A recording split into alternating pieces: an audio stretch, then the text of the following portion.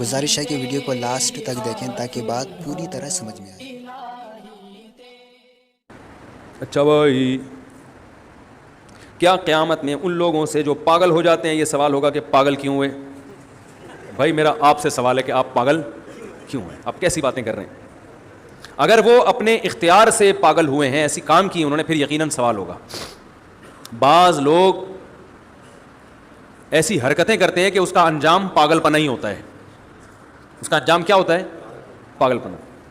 تو وہ ابھی تھوڑے واقعہ سناؤں گا، پھر وہ جن کا واقعہ وہ کہیں سمجھ نہ جائیں گے میرا واقعہ بیان ہو رہا ہے، اس لیے میں نہیں سنا رہا، ورنہ میرے پاس واقعات بہت ہیں ایسے لوگوں کے جن کو میں نے پہلے پیش گوئی کر دی ہے کہ تھوڑے دنوں میں آپ پاگل ہو جاؤ گے، ورنہ میں بھی پاگل ہو جاؤں گا۔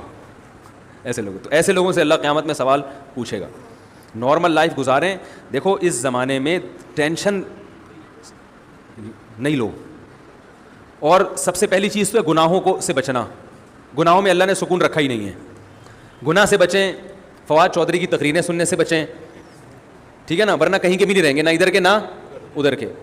اور جو ہے وہ سیدھے راستے پہ چلیں، عبادت میں دل لگائیں۔ سب سے پہلا تو یہ ہے، کیونکہ اللہ نے قرآن میں کہہ دیا کہ جو گناہوں کی زندگی اختیار کرے گا اس کی زندگی کو میں تنگ کر دوں گا۔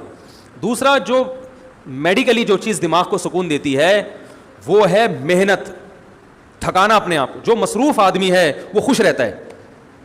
میں مزدوروں کو دیکھتا ہوں، ہمیں سب سے زیادہ ٹینشن میں مزدور لوگ لگتے ہیں، لیکن میں قسم اٹھا کے کہہ سکتا ہوں کہ سب سے زیادہ ہنسی خوشی زندگی مزدور طبقہ گزارتا ہے۔